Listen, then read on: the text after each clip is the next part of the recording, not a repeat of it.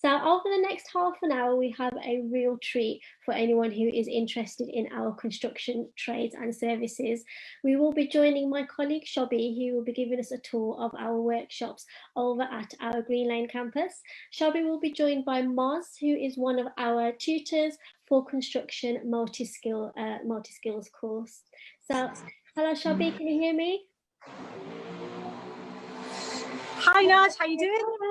I'm fine. You might just need to put your camera the other way because at the moment you're lying down.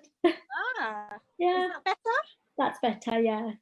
Brilliant, that's just what we need. Okay, so as Naj said, we're here at our Green Lane campus and I'm delighted to introduce everybody to Maz Baker, one of the lecturers who is going to show us all around. Over to you, Maz. Excellent. Okay, well, thank you very much for coming and joining us on our virtual tour. We're at our Green Lane campus, our main base for all of our construction work. Follow me, I'll take you inside and show you around. So straight away at our entrance, you'll see we've got security, and safety and security is really important for all of our learners. And you'll notice all staff and students wearing ID badges, so we know who's on the premises.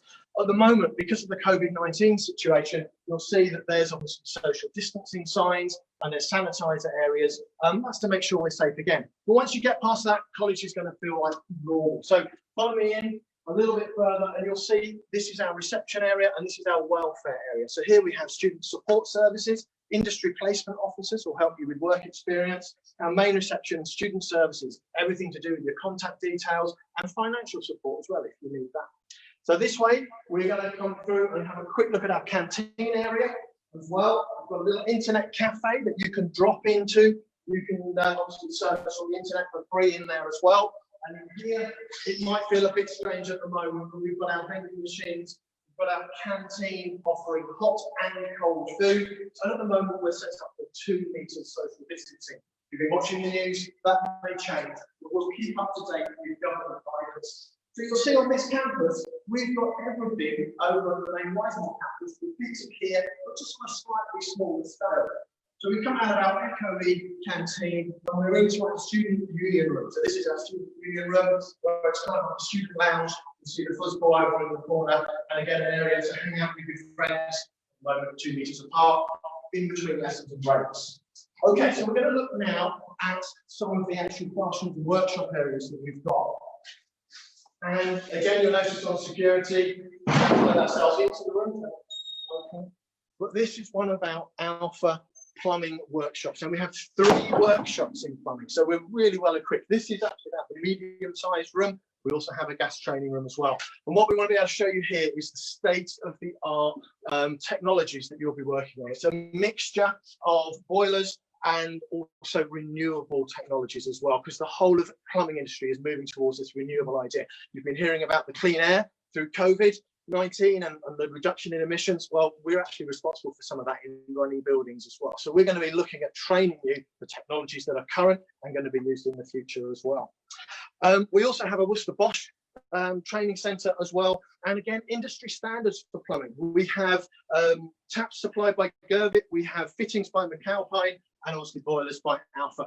You can see there an Alpha Bay. So all of this is available for one learner to work in. We've got even underfloor heating, which some of you will be aware of. And again, it's growing in its popularity, especially when linked to things like ground source heat pumps.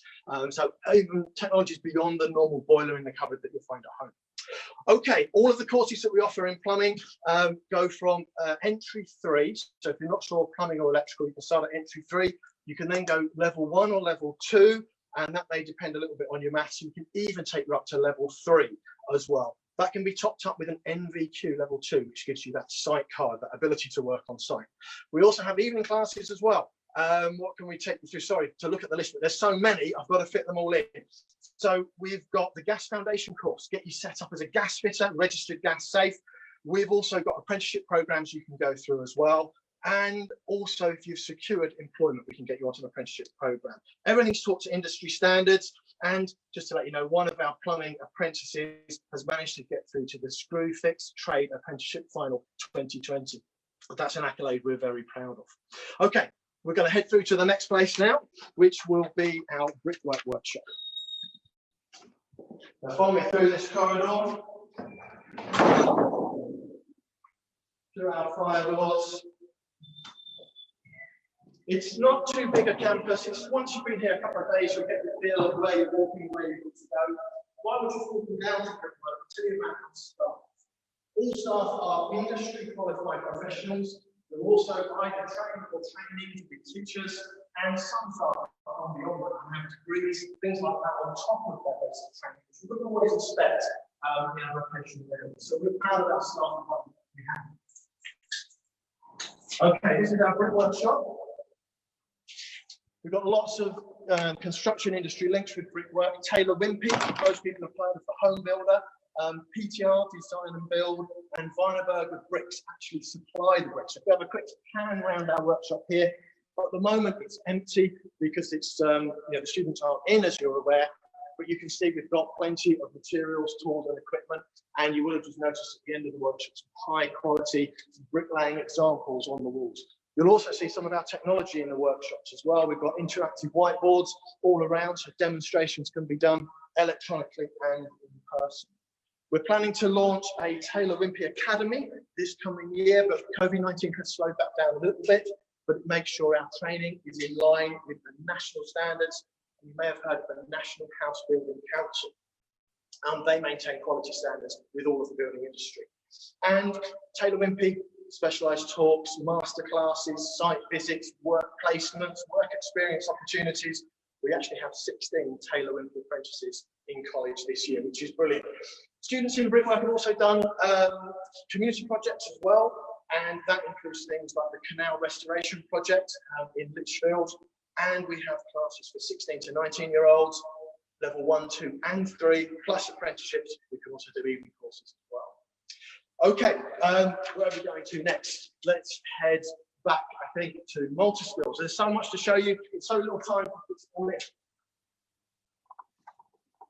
Okay, we're going to pop in via painting and decorating. And if this was smell-o-vision, you can smell the paint. It's a lovely feeling being in here. We're going to take you through painting in a minute. We're going to head upstairs first of all and look at our multi-skills work. So this is a bit like Challenge Alec for this bit. If you're old enough to know what that means. Okay, so this is our multi-skill workshop. We come in a little bit further. Now, multi-skills means maintenance operative or property maintenance, a little bit of skill in every area to make you a rounded tradesperson. So you can see our bench joinery here. You can see we've got a roofing area there as well. You'll see we've got some machinery, chop saws and things like that, and various bench tools as well.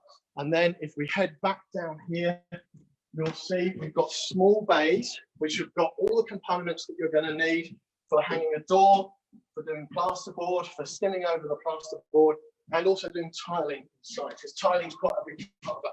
Think of a kitchen fitter, you've got to do a little bit of everything, a bit of plumbing, a bit of electrical, a bit of carpentry, a bit of plastering, maybe some bricklaying as well. All of that is covered on this course. Okay, we're going to head down the back staircase now.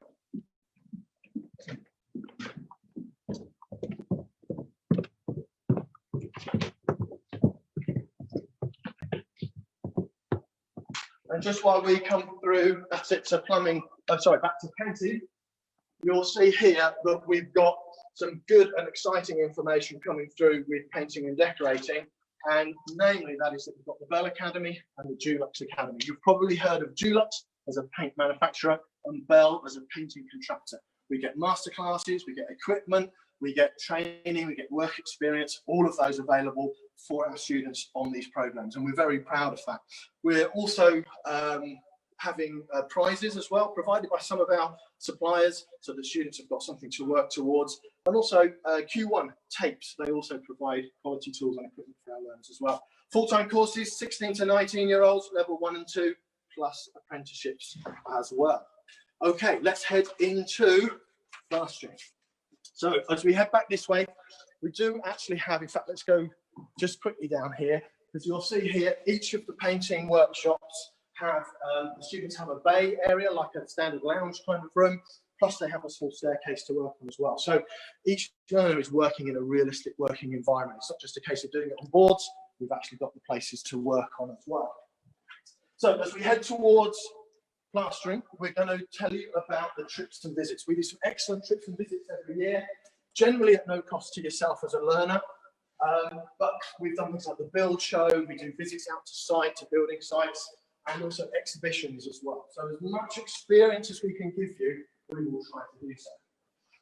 Just as we head into plastering, quick look at this. Even though this is a workshop, you can see how clean and tidy it is. We also have interactive boards and technology used within the workshop environments as well.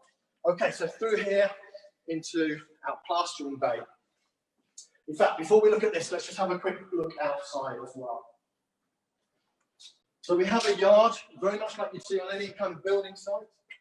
And within the yard, we've got our sacks of equipment, tools and materials, skips for clearing waste. We also have drainage areas out here that the multi-skilled students work on, and also some rig work undercover. So you get used to working outside as well as inside. Okay, let's go back in. So plastering at the moment, it's a big empty space, but we need that for plastering. If you look on this wall on this side, you can see some rendering going on. If you look on the other side of the workshop over here, you'll see some dry lining and plastering taking place, skimming, as well as putting up coving and things like that. So we've got the whole range of plastering work. This is mainly to do with multi-skills as part of the course, but we do also run level 2 plastering courses for adults in the evenings as well. So remember, all of these courses are available day and evening. Okay, we're going to go up a back staircase here, so I hope we don't lose you in the connection. I just stepped on the stairs there. And we're coming up here because we're going into carpentry.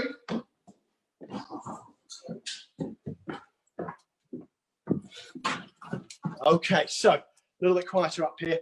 This is our main carpentry workshop. Again, we have more than one. We have another one just off campus. And at this end of the room, we've got some of our machinery over at the back. We've got the benches here for bench work. And if we spin round, I'll walk down this side.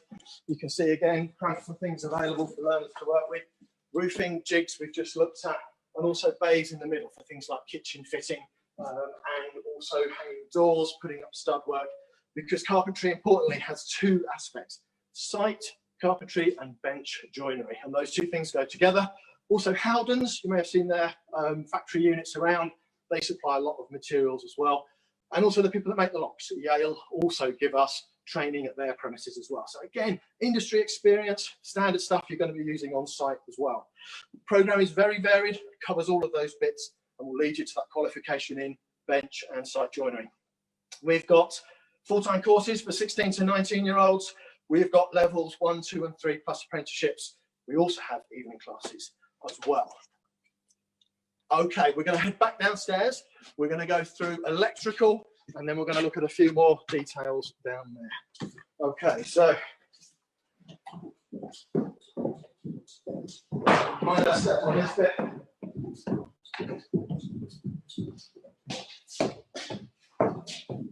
And back through this way. Now, as part of multi-skills, I want you to understand that that is a maintenance operative program. So it's like a property maintenance program.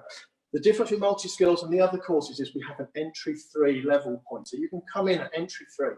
And what we mean by that is it's below level 1. You might not be sure which trade you're interested in or what job you want to go to. And it allows you to try a little bit of each of those. After that first year, you can then progress either to do full-time multi-skills or to do painting and decorating, carpentry, or bricklaying as an alternative option. So it gives you that option. It may also be that we recommend entry 3 to you if your English and maths score is too low, and we need to help you develop that to be able to manage the English and maths involved in the program. Okay, so that's an important point to remember. Right, we're going to head through here to electrical.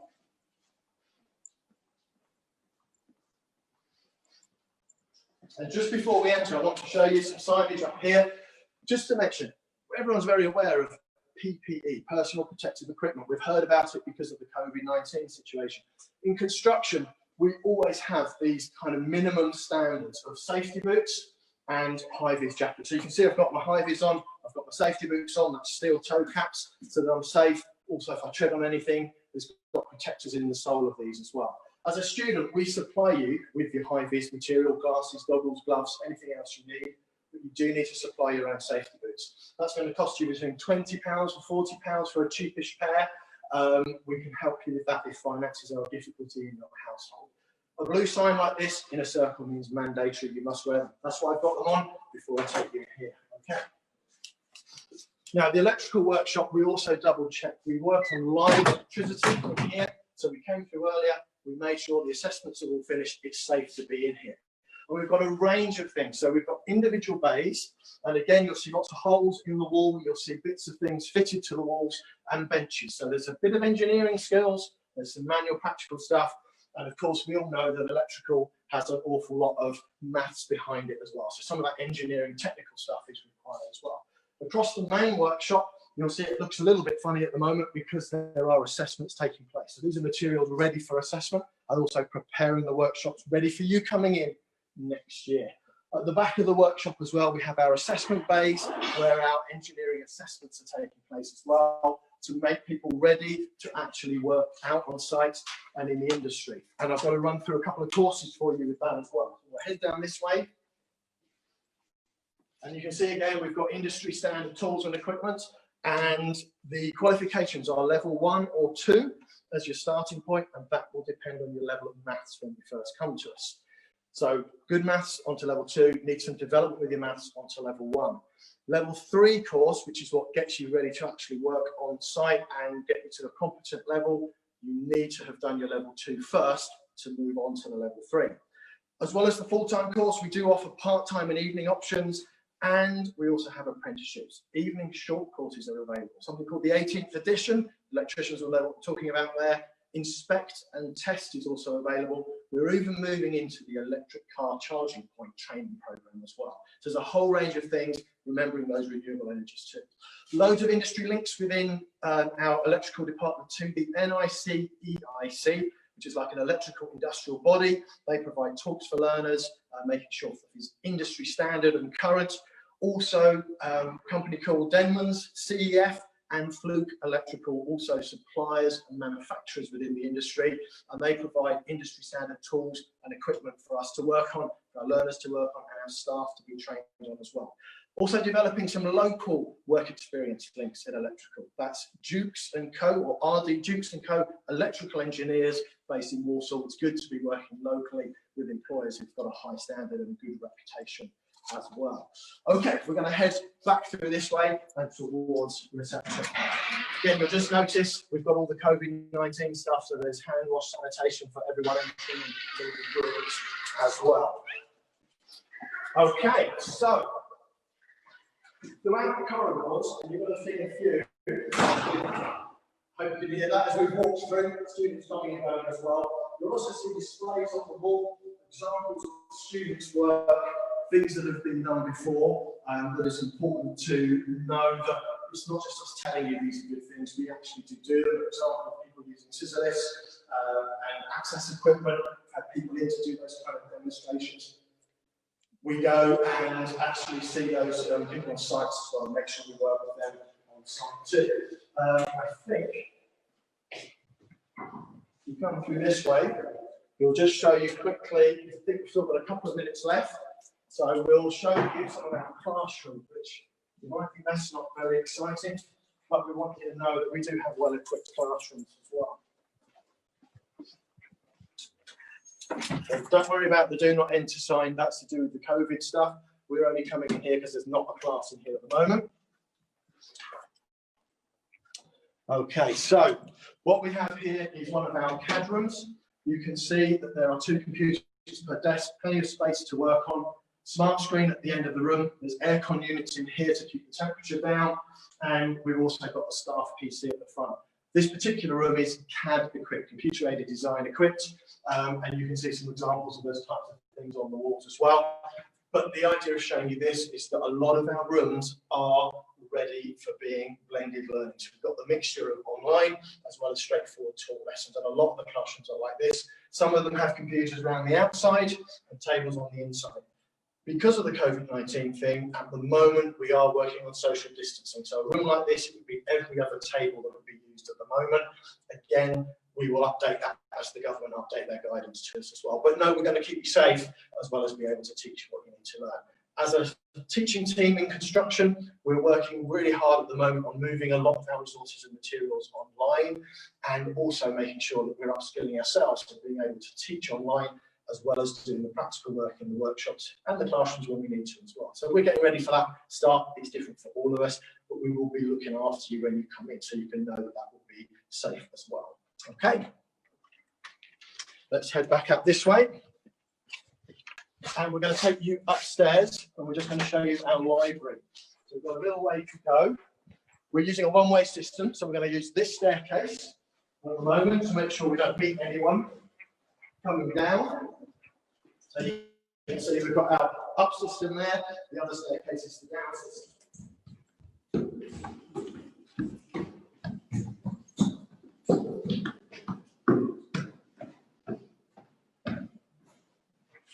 So while we're going up these stairs, Moss, can you just give us an idea of a typical day for a student? How long they'd be on campus? Yeah, that's a really good question. I think the thing we normally say is that it is slightly different from what you're used to in school.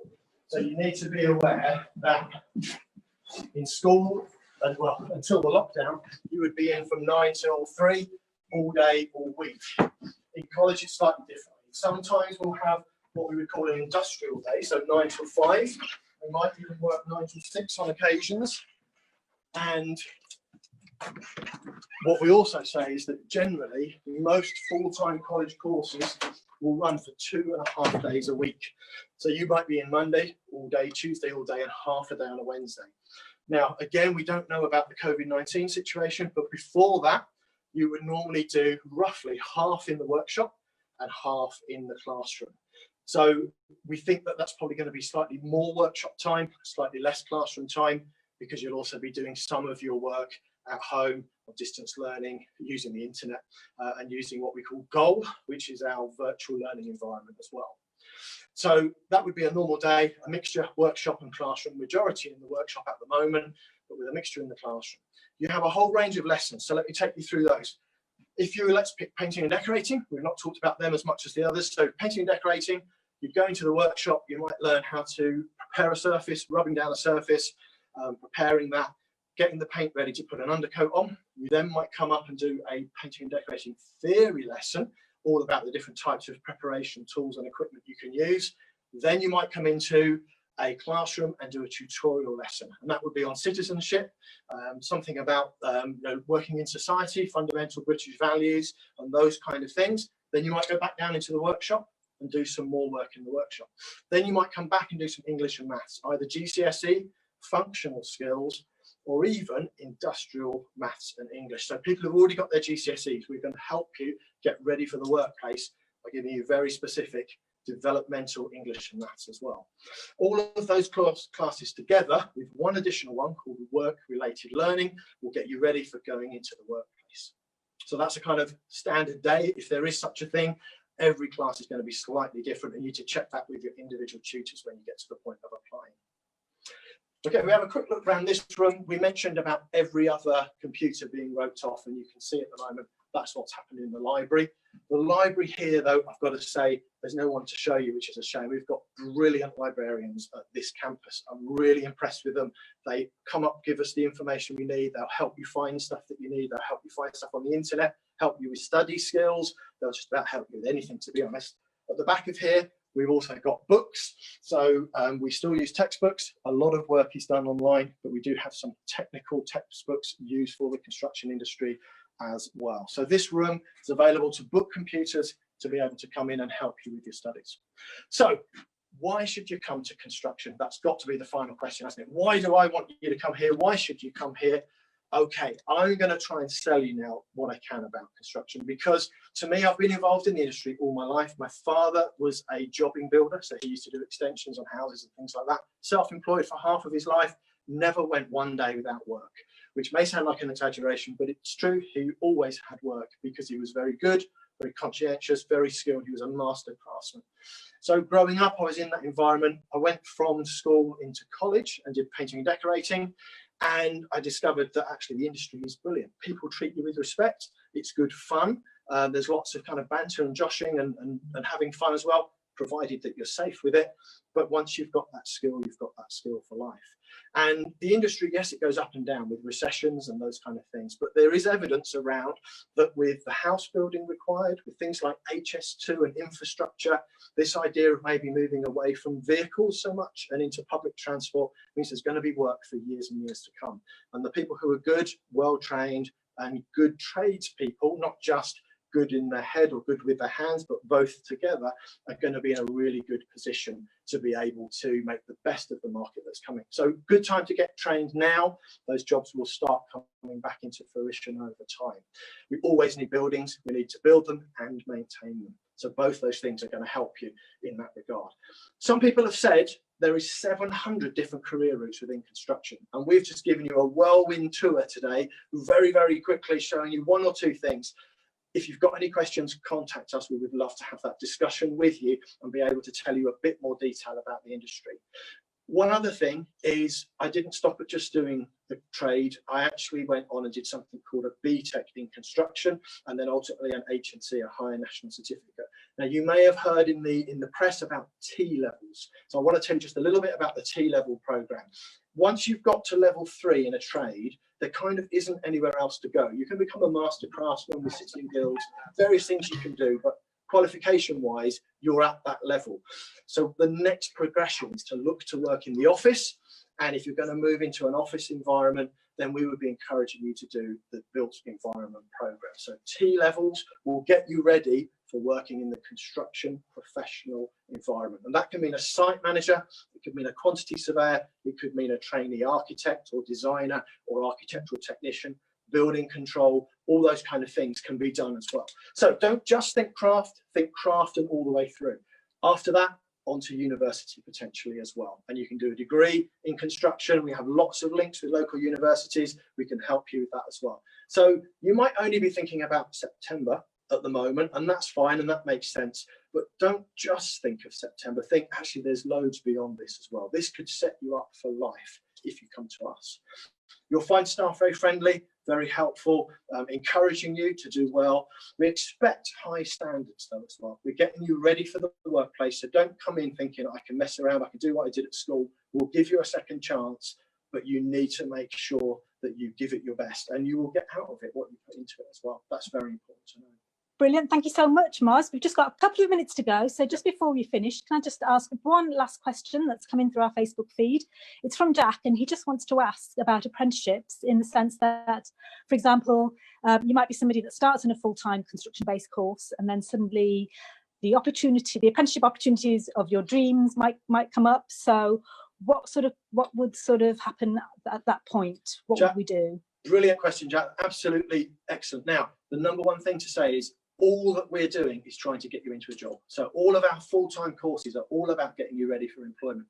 If you get that perfect apprenticeship position, come up halfway through a course, we will be celebrating with you. We'll say, well done, we will now support you. As a college, it's quite simple actually. We do what we call a transfer. So you don't lose the course, you don't waste what you've done. You transfer from full-time into what we call employer responsive. That's the term we use. And it means you've moved from full-time learner-based training into now apprenticeship employer-based training. So it's a win-win. You've got what you needed, you transfer, you're onto another course, still doing the same thing, still learning the same stuff, still with the same teachers a lot of the time, and the same students will be in the same room. So all it is, internal transfer, go for it. We think you've done really well. If you get that placement in year, that's fine. Excellent. And on a sort of similar basis, it may well be that a student starts on, for example, a plumbing course, but then suddenly decides that they want to do electrical instead. Again, what would sort of happen then? Yeah, that's a little bit more tricky. I don't want to missell you this, so we'll be really honest with you. Within the first 6 weeks of college, realistically that's the first month actually, but it's technically 6 weeks, you have the chance to transfer from one program to another. So if you sign up for plumbing and think, this isn't quite me, I want to move to electrical, we can accommodate that provided you say early enough. But it has to be before that 6 weeks. Otherwise, you've missed too much college, you can't catch up.